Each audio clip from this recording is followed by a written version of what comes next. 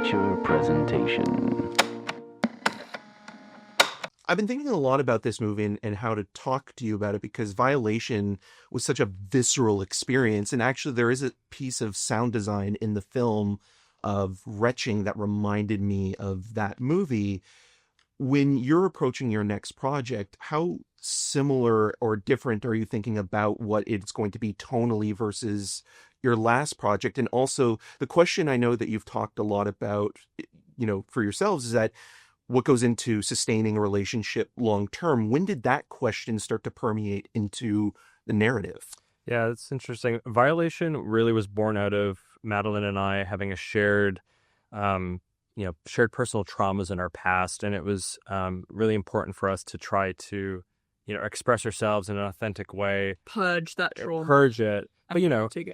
You're making a film that you don't really want to watch more than once, but we were forced to watch it 100 times. And that was a really challenging experience. So we knew when we finished that we wanted to do something that was completely the opposite of that in every possible way. We wanted to make something about love because we really fell in love when we were making Violation. And we wanted to make something that was rewatchable, but that still kind of had our twisted minds and sensibilities. I feel like if we were a band, the way I would how I would compare myself as a filmmaker to an artist is every album is its own feel and it's its own idea, and really great musicians, every album can stand alone. But then when you see a collection of albums, there's some voice there that's really unique and special. And I think that's all we're striving to do is every film hopefully will be different from the last one, but you'll see something in it that you will see us there. Well, I thought of a couple establishing shots as well. There's a maze specifically that I thought about you guys in terms of how you play with the camera. And the movie is very playful. So I hope that you got to enjoy watching it 100 times in comparison to Violation. Yeah. But another thing, I remember interviewing you for that movie, and you talked about possession being an influence in terms of how that movie continually evolves. Mm-hmm. How important is it for you as filmmakers to continually discover the movie as you're making it? And what changes did you start to notice as you were shooting it to post-production? Because another part that I find fascinating, even talking to Grace and Ben, is that you acted their roles to them before even showing them a script. Oh yeah, that was fun and wild. We did a 2-hour dinner where we just presented the movie. I think we're huge proponents of the thing that you are creating is alive, mm-hmm. and we're parents to it. So good parenting is allowing your child to be what it wants to be. You have an idea of who you think your child is, but you don't really know. And you're there to kind of foster, support it, and let it grow. So I think what we discovered while making it was far stranger and weirder than we realized. And we kind of knew that instantly. We went into post, we're oh, this is weird. We have to lean into the weird because that is what this movie wants to be. And that playful energy came through more in post-production as a realization of what it was that we were creating. Yeah, I think we really just finding what the tone was telling us it was in post, and we just went with it. And as soon as we went with it, it was so much fun. Yeah, I think that's where we found a lot of the strange musical choices that we think really work and make it what it is. Yeah, just that opening song for me, it was that was a lightning bolt, right? The Ivor Cutler song, which is he's got such a unique, strange voice that's so instantly compelling and off-putting, that married so well to the imagery of what that opening sequence is about. Absolutely. Mentioning possession, I know you also have referenced before Ken Russell and, even Nicholas Roeg.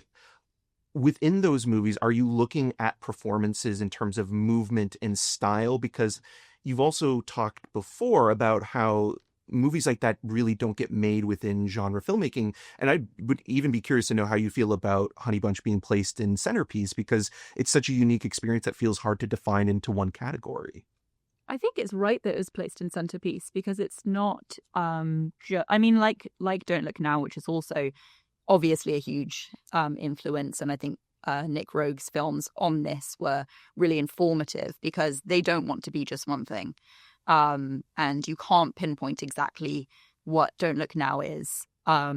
and it's the same with Walkabout or like a lot of his films you just can't really place. So I think that's why Centerpiece is right, because it's gothic, it's horror, but it's also drama, it's also pop, strange comedy.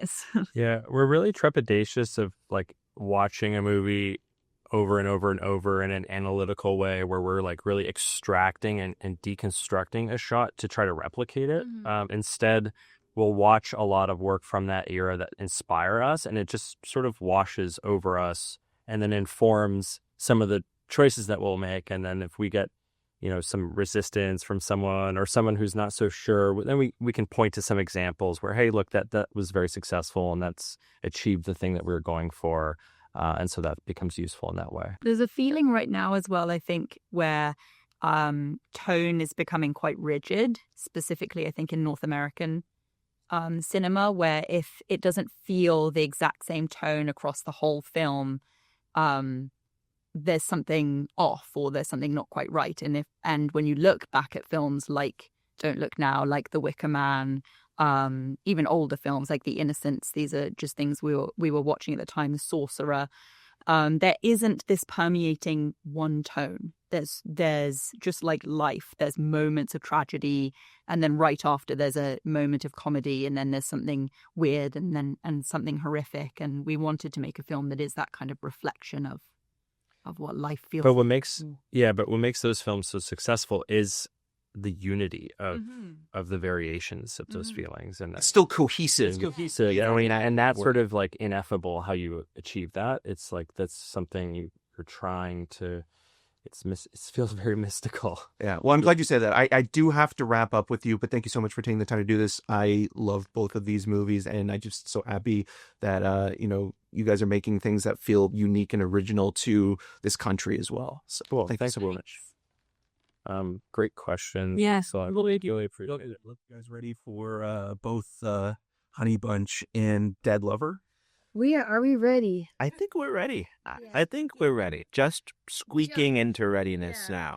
You're making Richard Linklater but look bad in terms of the amount of films at the festival this year. So I wanted to ask the two of you, because I was listening to interviews for Honey Bunch, and it's unusual for filmmakers to approach actors and also filmmakers yourselves, not with a script, but with a performance. And so I wanted to ask you what that was like in terms of seeing Madeleine and Dusty perform the characters that you play in the film, and how much of that translated in your performances. I would say they mostly performed a storytelling. They didn't really step in per se to like embodying Diana or Homer, the characters. But what they did do was perform almost as though in prose, the story. And they did kind of move their bodies around the kitchen a little bit as well. But they just walked us through the experience of being an audience member, watching the movie, experiencing the misdirections and mysteries in real time, and revealing the twists and turns of the movie in real time. So they more so gave us a simulation of the emotional ride than actually stepping into Homer and Diana. And that was awesome. It was really cool to see directors who so clearly understood the emotional roller coaster that they were planning on taking people on and could guide us with their own voice through that experience. Did you feel the same way, Grace, in terms of the performance? Because I know that Madeleine has mentioned that that your character Diana is a very physical performance. Yes. Yeah, I would say, I don't even really recall the specifics of them walking us through the story. So it all kind of blends together for me. It was a very, we've talked to them about this project for years and years. So it kind of all blends into one soup of a recollection of how things came to be. But all I know is it very much came from Dusty and Maddie, the inspiration for my performance, because it's sort of this vision of love that they communicated to us. Yeah. So. Mm-hmm.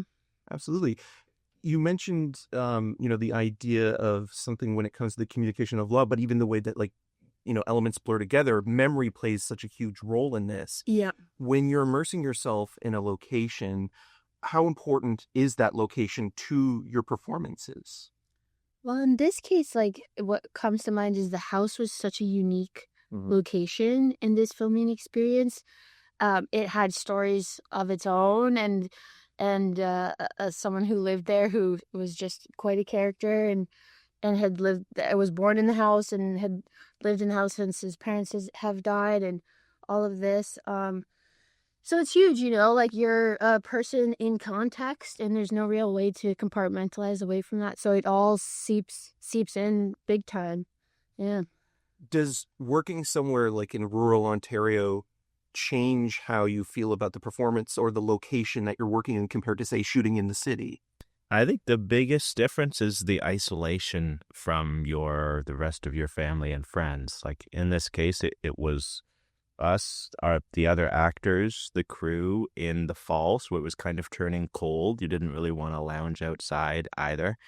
In these places where we didn't really know anybody else, so we were kind of hunkering down in our own little micro community, and that definitely immerses you in the psychological space of the shoot more deeply than when you're shooting in the city, and you can punctuate your bubble with a little bit of everyday life. Though even when you shoot in the city, filmmaking is such an all-consuming thing. You basically become your own micro society no matter where you are, but it was even more accentuated, I think, the isolation with the bubble. It was like COVID. It was like a COVID equivalent thing, bubbling with the cast and crew of this movie. Did you ever feel that you could get away from the film or the story? Because in a way, it's almost, apt in terms of, art imitating life in that way. There was one day when at the very end of the shoot, we came back to Toronto and we had a couple of days here. But before that, there had been one day when I needed to come downtown to help a friend with something. And it felt psychedelic to me coming downtown, because you get so immersed in the psychological space of a shoot, especially when you're out of town in Owen Sound or something like that, as we were in this case.